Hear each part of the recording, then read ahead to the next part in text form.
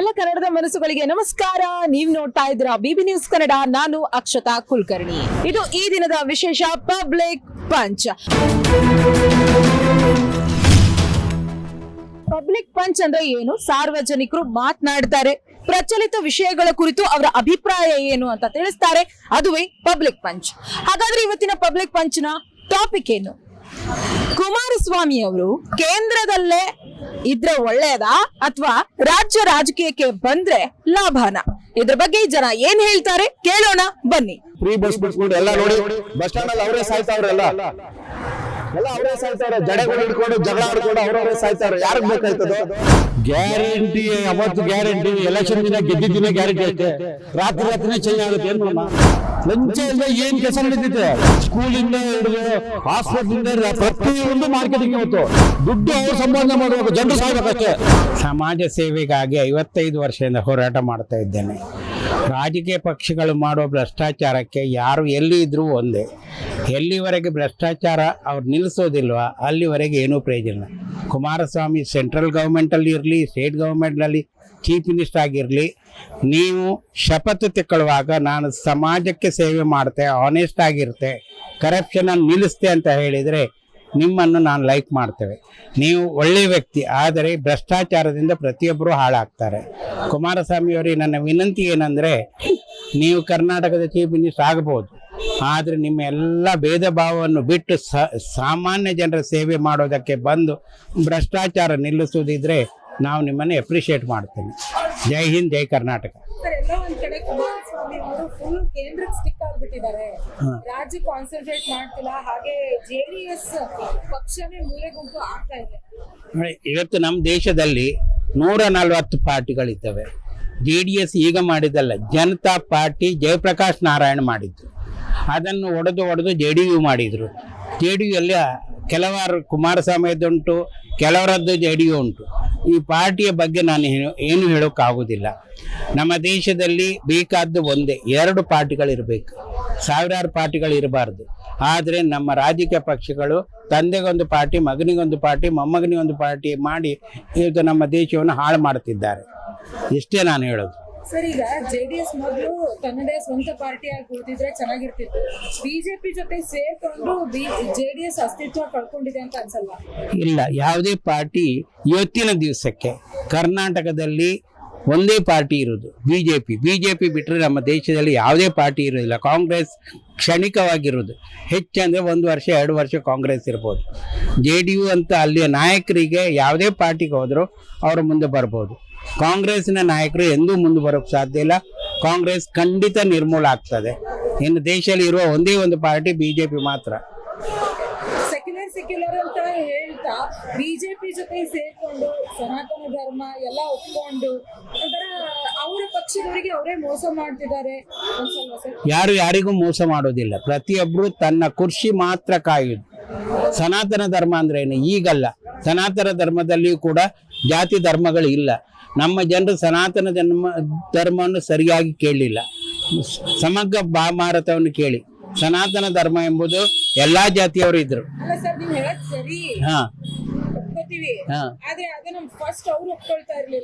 ಯಾರು? ಅವರ ತಂದೆ ಒಪ್ಪಿದ್ದಾರಲ್ಲ. ಅವರ ತಂದೆ ಪ್ರೈಮ್ ಮಿನಿಸ್ಟರ್ ಆದಾಗ 16 ತಿಂಗಳಾಗ್ಲಿ 10 ತಿಂಗಳಾಗ್ಲಿ ಏನು, ಅವರ ದೇಶದ ಸಮಾನ, ಎಲ್ಲರನ್ನು ಸಮಾನ ರೀತಿಯಲ್ಲೇ ಕಂಡ್ರು. ಇವತ್ತು ನೀವು ಅದನ್ನು ಒಪ್ಪುವುದಿಲ್ಲ ಅಂತ ಹೇಳೋಕ್ಕಾಗೋದಿಲ್ಲ. ನೋಡಿ, BJPಯಲ್ಲಿ ಸನಾತನ ಧರ್ಮ ಅಂದರೆ ಏನು, ಅಲ್ಲಿ ಜಾತಿ ಭೇದ ಏನೂ ಮಾಡಲಿಲ್ಲ. ನಾವು ಮಾಡೋದು ಸಾಮಾನ್ಯ ಜನರೇ ಜಾತಿಯನ್ನು ಹುಟ್ಟಿಸಿದ್ದು, ಬೇರೆ ಯಾರೂ ಹುಟ್ಟಲಿಲ್ಲ. ರಾಜಕೀಯ ಪಕ್ಷಗಳು ಈಗ BJP ಸರಿ ತತ್ವವನ್ನು ಓದಿದರೆ ಅದರಲ್ಲಿ ಏನು ಜಾತಿ ಎಂಬುದು ಏನೂ ಇಲ್ಲ.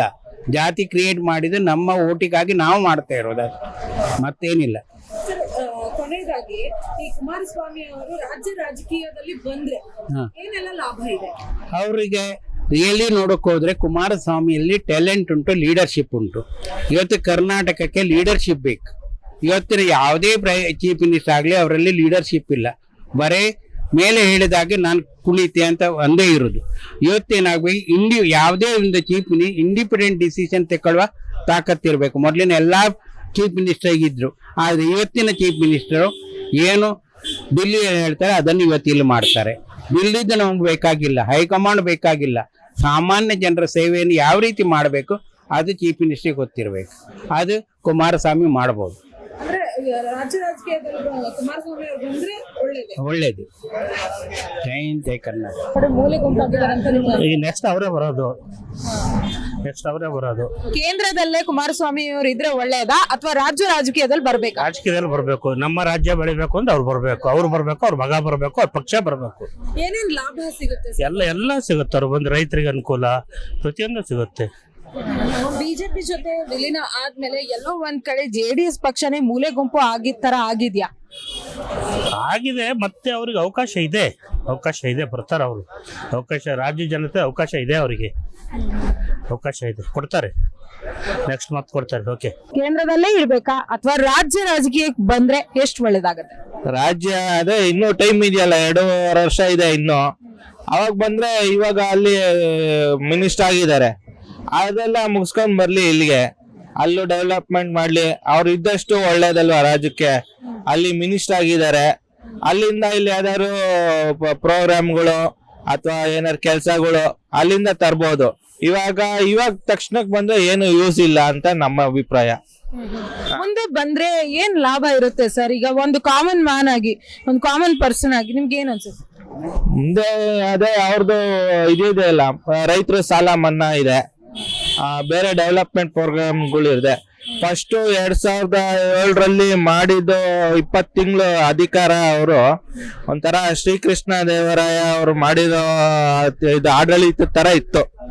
ಇನ್ಯಾವುದು ಗೌರ್ಮೆಂಟ್ಗಳು ಆ ತರ ಮಾಡಿಲ್ಲ. ಡೆವಲಪ್ಮೆಂಟ್ ಆಗ್ಲಿ ಪ್ರೋಗ್ರೆಸ್ ಆಗ್ಲಿ ಯಾವ್ದು ಇಲ್ಲ. ಅದಕ್ಕಿನ್ನ ಅವರು ಇನ್ನೊಬ್ರು ಸೋಮಣ್ಣ ಅವ್ರು ಬರ್ಬೇಕು ಅಂತ ನಮ್ಮ ಅಭಿಪ್ರಾಯ. ವಿ ಸೋಮಣ್ಣ ಅವರು ಒಂಥರ ಕಾಯಕ ಯೋಗಿಗಳ ತರ ಅವ್ರು ಬಂದ್ರೆ ತುಂಬಾ ಒಳ್ಳೇದು ರಾಜ್ಯಕ್ಕೆ.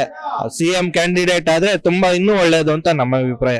ಸರಿ, ಬಿಜೆಪಿ ಜೊತೆ ವಿಲೀನ ಆದಾಗಿಂದ ಈ ಜೆಡಿಎಸ್ ಎಲ್ಲ ಒಂದ್ ಕಡೆ ಮೂಲೆ ಗುಂಪಾಗಿದೆ ಅಂತ ಅನ್ಸಲ್ವಾ?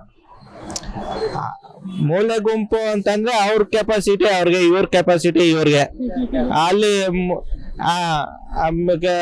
ನಾರ್ತ್ ಕರ್ನಾಟಕದ ಕಡೆ ಕಾಂಗ್ರೆಸ್ ಬಿಜೆಪಿ ಫೈಟ್ ಮಾಡುತ್ತೆ. ಸೌತ್ ಅಲ್ಲಿ JDS ಕಾಂಗ್ರೆಸ್ ಇತ್ತು, ಇವಾಗ ಬಿಜೆಪಿ ಬಂದಿದೆ. ಆ ತರ ಇವಾಗ ಬಿಜೆಪಿ ಬರ್ತಾ ಇದೆ. ಆ ತರ ಸರ್ಕಾರ ಗಿರ್ಕಾರ ಬಿದ್ಮೇಲೆ ಬೇಕಾದ್ರೆ ಬಂದ್ರೆ ಪರವಾಗಿಲ್ಲ. 2028ಕ್ಕೆ ಅವರೇ ಆಗ್ಬೇಕು. ಕಾಂಗ್ರೆಸ್ ಸರ್ಕಾರ ಕುಮಾರಸ್ವಾಮಿನೇ ಆಗ್ಬೇಕು 2028ಕ್ಕೆ. ಅವ್ರು ಮುಖ್ಯಮಂತ್ರಿ ಆದ್ರೆ ನಿಮಗೆ ಏನ್ ಅನ್ಸುತ್ತೆ ಸರ್? ಏನೇನ್ ಲಾಭಗಳಿರುತ್ತೆ ಅಂತ? ಬಡವ್ರ ಬಗ್ಗರಿಗೆ ಬದುಕ್ತಾರೆ ಮೇಡಮ್ ಅವರ. ಕಾಂಗ್ರೆಸ್ ಅವ್ರು ಏನ್ ಗೊತ್ತಾ, ಬರೀ ಅವ್ರ ದುಡ್ಡು ಮಾಡೋದೇ ನೋಡ್ತಾರೆ. ಇಷ್ಟೊಂದು ಗ್ಯಾರಂಟಿಗಳು ಕೊಟ್ಟಿದ್ದಾರೆ, ಮತ್ತೆ ಅವ್ರು ದುಡ್ಡು ಮಾಡ್ತಾರೆ ಅಂತೀರಾ? ಗ್ಯಾರಂಟಿ ಕೊಟ್ಟು ಏನ್ ಪ್ರಯೋಜನ ಹೇಳಿ? ಯಾರು ಯೂಸ್ ಆಗ್ತದೆ ಹೇಳಿ? ಒಂದ್ ಕಡೆ ಕಿತ್ಕೊಳ್ಳಿ ಗ್ಯಾರಂಟಿ ನೀವು ಹೇಳಿದ್ರೆ ಅಷ್ಟೇನೆ, ಹೆಸರಿಗೆ ಅಷ್ಟೇನೆ ಗ್ಯಾರಂಟಿ ಅಷ್ಟೇನೆ. ಒಂದ್ ಕಡೆ ಕೊಡ್ತಾರೆ, ಒಂದ್ ಕಡೆ ಕಿತ್ಕೊತಾವ್ರೆ. ಈಗ ನೋಡಿ ಪ್ರತಿ ಎಲ್ಲದಕ್ಕೂ 2-2 ಸಾವಿರ ಕೊಡ್ತಾವ್ರ. ಅದ್ರ 90% ಸಿಗ್ತೇ ಇರ್ಬೋದು ಅಷ್ಟೇ, 10% ಸಿಗ್ತಾ ಇಲ್ಲ. ಅದ್ರಲ್ಲಿ ಒಂದ್ ಕಡೆ ಜಾಸ್ತಿ ಮಾಡ್ತಾರಲ್ಲ, ಈ ಕಡೆ ಕಿತ್ಕೊಂಡು ಈ ಕಡೆ ಕೊಡ್ತಾರೆ ಅಷ್ಟೇನೆ. ಅಲ್ಲೇನು ಅವ್ರ ಕೈಯಿಂದ ಏನ್ ಆಗ್ತಾ ಇಲ್ಲ ಅಲ್ಲಿ. ಈಗ ಸಾಲದ ಮೇಲೆ ಸಾಲ. ಈಗ ಫಸ್ಟ್ ಎಷ್ಟಿತ್ತು ಸಾಲ ಹೇಳಿ? ಸಿದ್ದರಾಮಯ್ಯ ಬರೋ ಮೊದ್ಲು ಇವಾಗ 20 ಡಬಲ್ ಆಗಿದೆ ಸಾಲಗಳು. ಆ ತರ ಆಗಿದೆ. ಆಗ ಈ ಸರ್ಕಾರ ಒಟ್ಟಾರೆಯಾಗಿ ಈ ಸಾಲ ಇರ್ಬೋದು ಅಥವಾ ಸಾಕಷ್ಟು ಸೌಕರ್ಯಗಳು ಕುಮಾರಸ್ವಾಮಿ ಅವ್ರು ಬಂದ್ರೆ ಆಗುತ್ತೆ ಅಂತೀರಾ? 100% ಮಾಡ್ತಾರೆ ಮೇಡಮ್ ಅವರು. ಕುಮಾರಸ್ವಾಮಿ ಅಂತಲ್ಲ, ಈ ಕಾಂಗ್ರೆಸ್ ಸರ್ಕಾರ ನೋಡಿ ಜನಗಳು ಬೇಸತ್ತು ಹೋಗ್ಬಿಟ್ಟಿದ್ದಾರೆ. ಕುಮಾರಸ್ವಾಮಿನೇ ಬರ್ಬೇಕಂತಾರಲ್ಲ, ಬಿಜೆಪಿನಾರ ಬರ್ಲಿ ಯಾರು ಬರ್ಲಿ, ಒಳ್ಳೆ ಮಾಡಬೇಕು ಅಂದ್ರೆ ಬರ್ಬೇಕು. ಸುಮ್ಮನೆ ಜನಗಳು ತೊಂದರೆ ಕೊಟ್ಕೊಂಡು ಈ ಕಡೆ 2 ಸಾವಿರ ಕೊಡೋದಂತೆ, ಈ ಕಡೆ ಎಣ್ಣೆ ಜಾಸ್ತಿ ಮಾಡೋದು, ಈ ಕಡೆ ಸಿಗರೇಟ್ ಜಾಸ್ತಿ ಮಾಡೋದಂತೆ. ಏನ್ ಮಾಡ್ಬೇಕು ಹೇಳಿ ಜನಗಳು? ಪ್ರತಿಯೊಂದು ರೇಟ್ ಜಾಸ್ತಿ. ಇವಾಗ ಒಂದು ಖಾತೆಯಿಂದ ಹಿಡಿದು ಕಂದಾಯದಿಂದ ಹಿಡಿದು ಪ್ರತಿಯೊಂದು ಜಾಸ್ತಿ. ಸರ್, ಈಗ ರಾಜ್ಯದಲ್ಲಿ ಕಾಂಗ್ರೆಸ್, ಕೇಂದ್ರದಲ್ಲಿ ಬಿಜೆಪಿ, ಎಲ್ಲ ಒಂದ್ ಕಡೆ JDS ಮೂಲೆ ಗುಂಪು ಆಯ್ತಾ ಅಂತ ಅನ್ಸಲ್ವಾ? ಅನ್ನಿಸ್ತಾ ಇದೆ. ಒಟ್ಟಲ್ಲಿ ಇರ್ಬೋದು, ಆ ತರ ಮಾಡ್ತಾರೆ. ಇವರು ಅರ್ಧ ತುಂಬಿಟ್ಟು ಇದ್ ಮಾಡ್ಬಿಡ್ತಾರೆ, ಪಕ್ಷನ ಡಮ್ಮಿ ಮಾಡಾಕ್ತಾವ್ರೆ ಕುಮಾರಸ್ವಾಮಿಗೆ. ಅಲ್ಲ, ಒಳ್ಳೇದ ಕೆಲಸ ಅಂಕರ್ ಮಾಡಾವಂತಾರ. ರಾಜ್ಯಕ್ಕೆ ಬಂದ್ರು ಅಷ್ಟ ಕೆಲಸ ಮಾಡ್ತಾರ, ಆದ್ರೆ ಇನ್ನೂ ಉತ್ತಮವಾದ ಕೆಲಸ ಮಾಡಕ್ ಅನುಕೂಲ ಆಗತ್ತೆ ಅಷ್ಟೇ.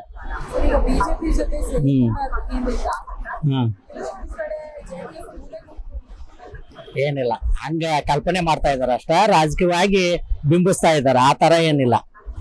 ಆ ತರ ಯಾಕಂದ್ರ ಅವ್ರವ್ರ ಜೊತೆ ಇರುವಂತವ್ರು ಅವ್ರ ಜೊತೆನೆ ಇರ್ತಾರ, ಬೇರೆ ಕಡೆ ಹೋಗಲ್ಲ ಅವ್ರು ಯಾರು. ಏನ್ರಿ ಆನಂತರ ಏನೋ ಒಳ್ಳೆ ರೀತಿ ಕೆಲಸ ಮಾಡೋರ್ ಜೊತೆ ಒಳ್ಳೆ ಜನ ಸೇರ್ತಾರ ಅಂದಂಗ ಆ ತರ ಸೇರ್ತಾ ಇದಾರ ಅಷ್ಟೇ ಅವರು. ಮತ್ತೆ ಅವ್ರ ಜೊತೆ ಕೆಲಸ ಮಾಡೋದ್ರಿಂದ ಇವರು ಬೆಳಿತಾರ ಅಷ್ಟೇ. ಇವ್ರೇನ ಇದು ಆಗೋಲ್ಲ. ಅದು ತಪ್ಪು ಕಲ್ಪನೆ ಅಷ್ಟೇ. ಈಗ ರಾಜಕೀಯಕ್ಕೆ ಮುಂದಿನ ದಿನಗಳಲ್ಲಿ ನಮ್ಮ ರಾಜ್ಯ ರಾಜಕೀಯಕ್ಕೆ ಬಂದ್ರೆ ಏನ್ ಬದಲಾವಣೆಗಳು ಕಾಣಬಹುದು? ಇಲ್ಲ, ಬದಲಾವಣೆ ಅನ್ನಕ ಈಗ ಅಂಕರ ಸಮಸ್ಯೆ ಸಾಕಷ್ಟು ಇದಾವ. ಆ ಸಮಸ್ಯೆಗಳ ಏನಾರ ಹರಿಬಹುದು ಅನ್ನೋ ಒಂದು ವಿಶ್ವಾಸ ಐತಿ ಅಷ್ಟ. ಯಾರೇ ಬರ್ಲಿ ಸಮಸ್ಯೆ ಸರ್. ಅಲ್ಲ, ಸಮಸ್ಯೆ ಅಂದ್ರೆ ಈಗ 108 ಸಮಸ್ಯೆ ಇದೆ. ಈಗ ನೋಡ್ರಿ, ಈಗ ಫ್ರೀ ಬಿಟ್ಟು ಮಹಿಳೆಯರಿಗೆ ಸಮಸ್ಯೆ ಐತಿ. ಆ ನಂತರ ಸರಿಯಾಗಿ ಆಡಳಿತ ನಡೀತಾ ಇಲ್ಲ. ಆ ನಂತರ KSRTC ಅವರಿಗೆ ಸರಿಯಾಗಿ ಪಗಾರ ಕೊಡ್ತಾ ಇಲ್ಲ. ಪಗಾರ ಅಂದ್ರೆ ಏನೋ ವೇತನ ಪರಿಷ್ಕರಣೆ ಮಾಡ್ತಾ ಇಲ್ಲ. ಫ್ರೀ ಅಂತ ಹೇಳ್ತಾರ. ಆ ನಂತರ ಅವರ ಪಬ್ಲಿಕ್ ನಲ್ಲಿ ಹೇಳ್ತಾರ ಏನಂದ್ರೆ ಲಾಭದಾಗ ಐತಿ ಸರ್ಕಾರ, ಇದು ಸಮಸ್ಯೆ ಅಂತಾರ. ಲಾಭದಾಗ ಐತಿ ಅಂದ್ರೆ ಕೊಡ್ಬೇಕಾದದ್ ಕೊಡ್ಬೇಕಲ್ವಾ? ಅದನ್ನ ಯಾಕೆ ಇಷ್ಟು ದಿನ ಚೌಕಸ್ ಮಾಡ್ಬೇಕು? ಈ 38 ತಿಂಗಳ ಹಿಂದಿನ ಬಾಕಿನೂ ಕೊಡಾಕ್ತಾ ಇರಲಿಲ್ಲ. ವಿತ್ ಮತ್ತೆ ಈಗ 2 ವರ್ಷ ಆಯ್ತು ಅಗ್ರಿಮೆಂಟ್ 2024 ಆಗೋದು, ಇವತ್ತಿಗೂ ಆಗ್ತಾ ಇಲ್ಲ. 4 ಸಲ ಮೀಟಿಂಗ್ ಆಗಿದೆ ಮುಖ್ಯಮಂತ್ರಿ ಜೊತೆ, 4 ಸಲ ರಾಮಲಿಂಗ ರೆಡ್ಡಿ ಅವ್ರ ಜೊತೆ 2 ಸಲ, ಆದ್ರೂ ಕೊಡ್ತಾ ಇಲ್ಲ. ಮತ್ತೆ ಈ ತರ ಹಲವಾರು ಸಮಸ್ಯೆಗಳದಾವ. ಮೊದ್ಲು ಅದಕ್ಕೆ ಆ ನಂತರ ಕಾರ್ಮಿಕರ ಸಮಸ್ಯೆ ಬಗೆಹರಿಸಲಿ. ನೌಕರದ್ದು ಈಗ KSRTC ಇದೆ, ಅದು ಅತ್ಯವಶ್ಯ ಐತಿ. ಅಂದ್ರೆ ಮುಂದಿನ ದಿನಗಳಲ್ಲಿ ನೀವು ರಾಜ್ಯಕ್ಕೆ CM ಇರಾಗ್ಬೇಕು ಅಂತ ನಿಮ್ಗಿದೆ? ಆಗ್ಬೋದು, ಆಗ್ಲಿ. ಆದ್ರೆ ಅವ್ರ ಕಾಲದಾಗ 20 ತಿಂಗಳಿದ್ದಾಗ ಒಳ್ಳೆ ಕೆಲಸ ಮಾಡ್ಯಾರ. ಈಗೂ ಮುಂದೆ ಅವ್ರ ಆಯ್ತಾನ ಇನ್ನೂ ಒಳ್ಳೆ ಕೆಲಸ ಆಗ್ಲಿ ಅಂತ ಬಯಸ್ತೇವೆ ಅಷ್ಟೇ. ನೀವೇ ಮೊದ್ಲು ಹೇಳಿದ್ರಿ ಸರ್, ಬಂದ್ರು ಏನ್ ಮಾಡಂಗಿಲ್ಲ ಅಂತಂದ್ರಿ. ಈಗ ನೋಡಿದ್ರೆ ಒಳ್ಳೇದಂತೀರಾ? ಅಲ್ಲ, ಬಂದ್ರೆ ಏನ್ ಮಾಡೋಲ್ಲ ಅಂತ ಹೇಳಿಲ್ಲ ನಾನು. ಈಗ ಕೇಂದ್ರದಲ್ಲಿ ಕೆಲಸ ಮಾಡ್ತಾ ಇದ್ದಾರ. ನಾನು ಅವ್ರು ಬಂದ್ರು ಆಗುತ್ತೆ ಅಂತ ಹೇಳಿಲ್ಲ. ಕೇಂದ್ರದಲ್ಲಿ ಅವರು ಕೆಲಸ ಮಾಡ್ತಾ ಇದಾರೆ. ಈಗ ಆಲ್ರೆಡಿ ಒಳ್ಳೆ ಕೆಲಸನ ಮಾಡ್ತಾ ಇದ್ದಾರ. ಅದನ್ನ ಇಲ್ಲಿ ರಾಜ್ಯ ರಾಜಕೀಯ ಬರ್ತಾರೋ ಬಿಡ್ತಾರೋ ಅದು ಅವ್ರಿಗೆ ಬಿಟ್ಟಿದ್ದು. ಬಂದ್ರು ಒಳ್ಳೇದ ಮಾಡಿರ್ತಾರ ಅಂತ ಹೇಳಿದ್ವಿ ಅಷ್ಟೇ. ಈಗ ಯಾರೇ ಬರ್ಲಿ, ಆದ್ರೆ ಈ ಸರ್ಕಾರ ಹೋಗ್ಬೇಕಷ್ಟೇ, ಮತ್ತೊಂದೇನಿಲ್ಲ. ಈ ಸರ್ಕಾರ ಹೋಗ್ಲಿ, ಒಳ್ಳೆ ಮುಖ್ಯಮಂತ್ರಿ ಬರ್ಲಿ ಅಂತ ಬಯಸ್ತೇವೆ ಅಷ್ಟೇ. ಈಗ ಕುಮಾರಸ್ವಾಮಿ ಅವ್ರ ಬಗ್ಗೆ ಹೇಳ್ತಿದ್ದೀರಾ ನೀವು. ನಿಜವಾಗ್ಲೂ ಕುಮಾರಸ್ವಾಮಿ ಅವ್ರು ಬರ್ಬೇಕಮ್ಮ. ಅವರು ಬಂದ್ರೆ ತುಂಬಾ ಚೆನ್ನಾಗಾಗುತ್ತೆ. ನಾನು ಅವ್ರ ಅಭಿಮಾನಿಯಲ್ಲೇ, ನಾನು ರಾಜಕೀಯ ಪಕ್ಷದವನೇ ಅಲ್ಲ, ಆದ್ರೂ ಹೇಳ್ತಾ ಇದ್ದೀನಿ, ಇರೋದ್ರಲ್ಲಿ ಅವರು ದಿ ಬೆಸ್ಟ್ ಅಂತ ಅನ್ಕೋತೀನಿ. ಸರ್, ಎಲ್ಲ ಒಂದ್ ಕಡೆ ಬಿಜೆಪಿ ಜೊತೆ ಸೇರಿದಾಗಿಂದ JDS ಮೂಲೆ ಗುಂಪು ಆಗ್ತಾ ಇದೆಯಾ ಅಂತ? ಇಲ್ಲ, JDSಗೆ ಒಂದು ಬಲ ಬಂದಿದೆ, ಮೂಲೆ ಗುಂಪು ಆಗ್ತಿಲ್ಲ. ಮೂಲೆ ಗುಂಪು ಆಗಕ್ಕೆ ಇವ್ರು ಬಿಡಲ್ಲ, ಕುಮಾರಸ್ವಾಮಿ ಅವ್ರು, ಕುಮಾರಣ್ಣವ್ರು ಬಿಡಲ್ಲ. ಅವ್ರದ್ದೇ ಆದ ಒಂದು ಶಕ್ತಿ ಇದೆ. ಯಾವ ಸಮಯದಲ್ಲಿ ಹೇಗೆ ರಾಜಕೀಯ ನಡೆಸಬೇಕು ಅಂತ ಹೇಳ್ಬಿಟ್ಟು ಅವರಿಗೆ ಮುತ್ಸದಿತನ ಇದೆ. HDK ಅವ್ರು ಮುಂದಿನ ದಿನಗಳಲ್ಲಿ CM ಆದ್ರೆ ಏನೆಲ್ಲ ಲಾಭಗಳು ಕಾಣಬಹುದು? ರಾಜ್ಯ ಪ್ರಗತಿ ಆಗುತ್ತೆ. ಈ ಗಲಾಟೆಗಳು ಇನ್ನೊಂದು ಮತ್ತೊಂದು ನಿಲ್ಲುತ್ತೆ. ಈ ಒಂದೇನೋ ಗ್ಯಾರಂಟಿಗಳೆಲ್ಲ ಹಾಕಿದಾರಲ್ಲ, ಅದೆಲ್ಲ ಹೋಗಿ ಅಭಿವೃದ್ಧಿಗೆ ಮಾರ್ಗ ಸಿಗುತ್ತೆ. ಗ್ಯಾರಂಟಿಗಳು ಹೋಗ್ಲೇಬೇಕು. ಗ್ಯಾರಂಟಿಗಳನ್ನ ಇಟ್ಕೊಂಡ್ರೆ ಅದಕ್ಕೆ ಒದಗಿಸೋದಕ್ಕೆ ಸರಿ ಹೋಗುತ್ತೆ. ಆದ್ರಿಂದ ಸರ್ಕಾರ ಡೆವಲಪ್ ಆಗಲ್ಲ. ಗ್ಯಾರಂಟಿಗಳನ್ನ ಕಷ್ಟಪಟ್ಟು ದುಡಿಯೋರಿಗೆ ಕೊಡಬೇಕು, ಅದರಲ್ಲಿ ಸರ್ಕಾರ ಉಳ್ಕೋಬೇಕು. ಈಗ ಆ ಥರ ಆಗ್ತಾ ಇಲ್ಲ.